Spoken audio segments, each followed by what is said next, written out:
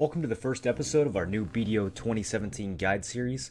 In this video, we will take an updated look at the top 10 nodes in the game since quite a bit has changed since last year's video. As always, you can check the description for a table of contents with shortcuts if you want to summarize or skip around the video.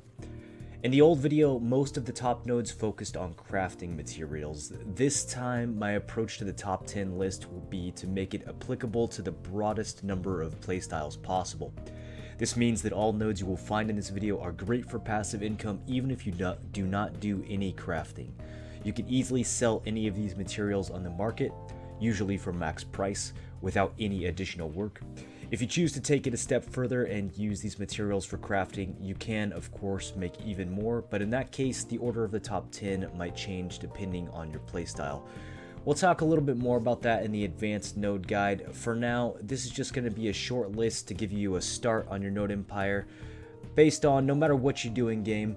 The numbers you see on the screen will indicate the daily income of the nodes as if you had just sold the materials on the market without any additional effort. A quick note before we get started, to optimize some of these nodes you're going to need a fairly specific worker. The worker I'm talking about is a 150 speed artisan goblin. So obviously artisan workers are going to be ideal for each of these, but some in particular you need a goblin who has over 150 speed. If you want to check how much speed your worker has, just go to an open node, click on it, and see over on the right here, you can see the true work speed of whatever worker you're trying to use. When you look at the worker on the left over here, on his regular character sheet, the work speed for this particular goblin says 137, but you can see over on the right it says 145. And the reason for that is because even with generic speed skills like work supervisor, it's not going to add that skill onto your worker until you check the speed on a node. So if you want to know the actual speed of your worker, just go ahead and make sure that you check it here. The most important skill that you need to get on your goblin to hit that 150 mark is the farm knowledge skill, which you can see second from the top on this guy. That is the only skill that actually gives you +5 node speed. There are some other skills that say they give you +5 speed, but they only give you like 2 or 3. And if you want to see the true speed or the true value of any worker skills, I recommend you use blackdesertanalytics.com. Speaking of blackdesertanalytics.com, I want to give a special thanks to Balzor.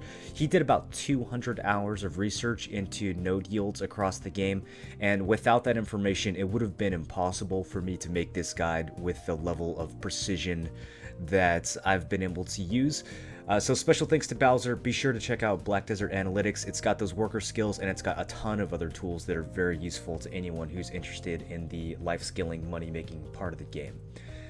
With that being said, let's go ahead and jump into the list now, starting with this node that we're already visiting, Old Dandelion. In case you didn't see that, I'll go ahead and zoom back out. So we're over in the Calphian region, and the reason why this node is so good is because from Northern Wheat Plantation, it only costs you incrementally 2 more contribution. Most people are already going to have Northern Wheat Plantation for the wheat and the barley nodes there. So 2 more CP will hop you over to Old Dandelion, and this Birch node will net you about 230k per CP on a daily basis if you have the proper goblin. If your goblin is not quite that good, then just use like a human who's got over 75 speed. That's going to be the second best option, but ideally you do want a 150 speed goblin on this node to get the absolute most out of it and put it in that top 10. The next node we're going to be looking at, node number 9, also going to require 150 speed goblins to make the most out of them, but don't worry, it's still a very, very good node even if your workers aren't at that level yet. Coastal Cliff is only a 2 CP addition onto Coastal Cave, so you take 1 point for the cliff and then 1 point for the iron node here. This is the one that we're looking at.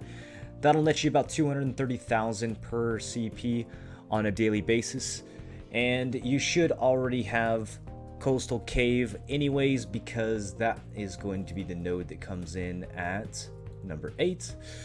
It's a little bit closer to town, so you can see that the numbers there are a little bit better. 257k per CP on a daily basis for Coastal Cave. In this case, it's a 3 CP cluster. We're taking the node and both the iron and copper that we get here.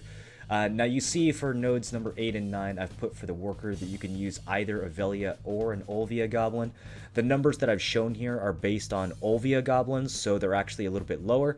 If you want to use Velia workers for these, the money is even higher. The reason why I don't use Velia workers is because they're a bit tied up over in Eastern Balanos on things like egg nodes and just some of the timbers over here.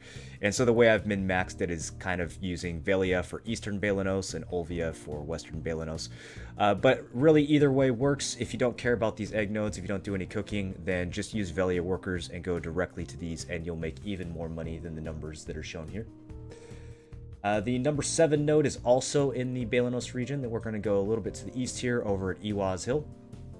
This is an ash node that also gives you ash sap. Very useful whether you're just selling it or if you're an alchemist. That ash sap can be very handy for a few recipes.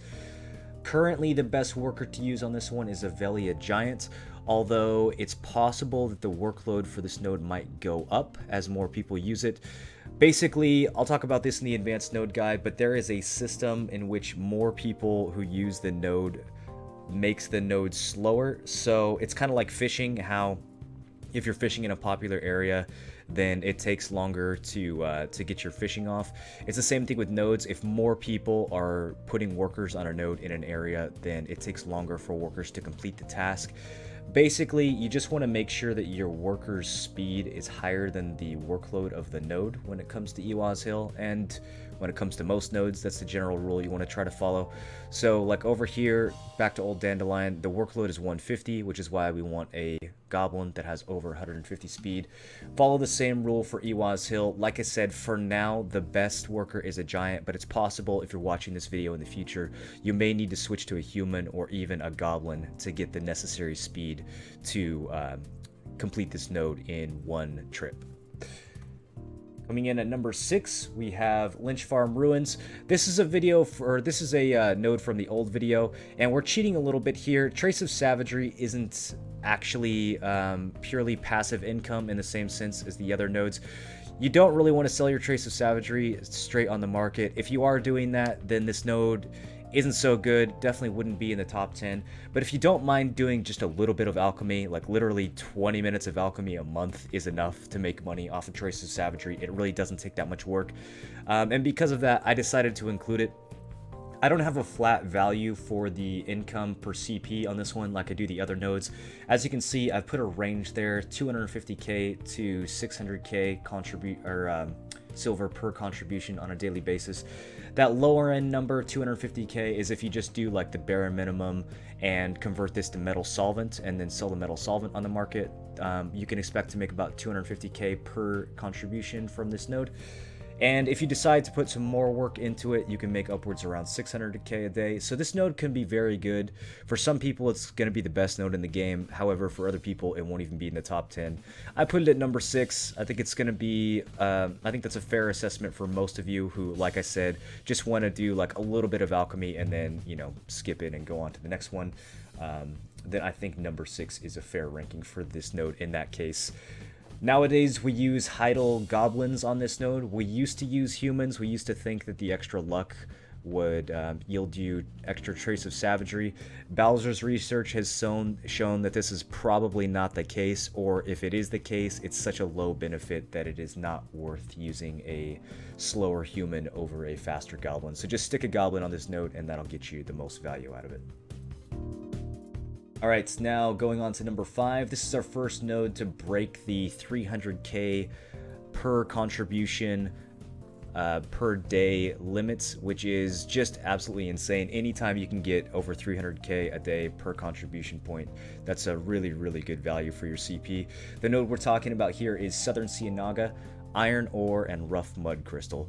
Both of these are useful materials. You can use iron ore for a million different things, and you can use the rough mud crystal for steel taratus. If you don't care about either of those things, you can just sell these on the market, and both materials will sell often for max price very quickly. So it's really good income either way. Again, try to use 150 work speed goblin based out of Glitch for this one. And for number 4, we have our only Valencia node on the list. We're going to zoom out and go all the way over to Areha, the very tip of the map. And there's a cluster of nodes here. There's actually 2 of them. I just one of my guys ran out of stamina, so he's not currently working. But you normally want both of these nodes.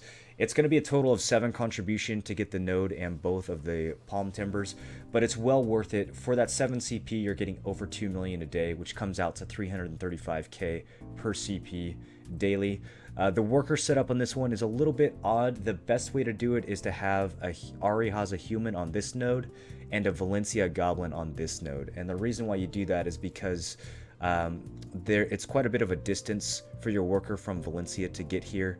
So the goblin is better from Valencia, but the human with higher stamina is better from Areha since he doesn't have to travel as far.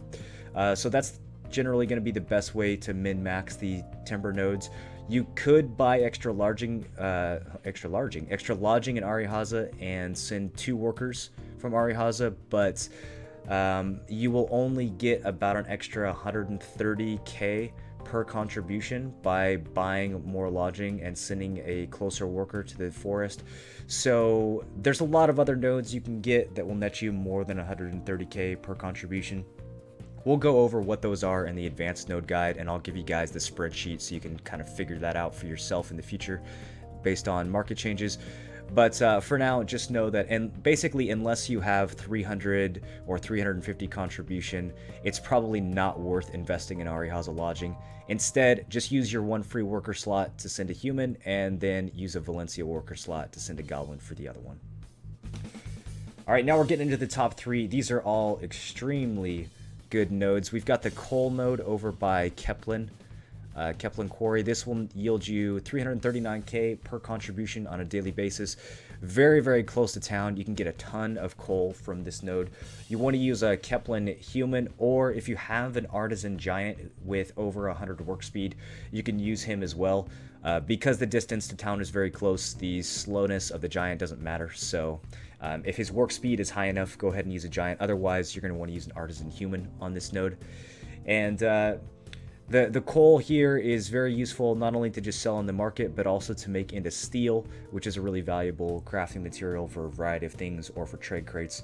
So yeah, definitely pick up the Keplan Quarry node, regardless of your playstyle, regardless of what you're doing in the game. It's just a ton of free money on a daily basis. And finally, we're getting into our top 2 nodes. It was really difficult for me to rank these 2. Actually, I would almost call this a tie. But coming in at number 2, I have the Cooking Honey node at Alejandro Farm. You're going to want to use a Heidel Artisan Human for this node, and it'll net you about 350,000 silver per contribution on a daily basis. I'm assuming that you already have Lynch Farm Ruins invested, so to get Alejandro Farm, it's only 3 more contribution, and it's really, really efficient. If you're using cooking to make money, then I would say this actually is probably the number 1 node in the entire game. The reason why I put it at number 2 for most players is because selling the cooking honey can be a little bit difficult sometimes. It's not too bad. It still sells for close to max price, but there's a lot of undercutting that can happen with the cooking honey node, and so because of that, I placed it a little bit under the number 1 node. But really, both of these top 2 nodes are fantastic. And the number 1 node is going to be over in the Trent region. That's going to be Lumberjack's Rest. This node, you're not going to have any trouble selling your cedar. Cedar is one of the timbers used for Calphion crates, which is really popular for people who are doing trading. And it's also the highest value timber out of all the Calphion crates. So the close proximity to the town of Trent means that your worker can make trips back and forth to this node very quickly. And the overall value of this node comes out to be about 360,000 contribution per point on a daily basis. So pretty even to the cooking node. Like I said, it goes back and forth between which one of those is the best node in the game for passive income. Kind of just depends on what you're doing with it after that.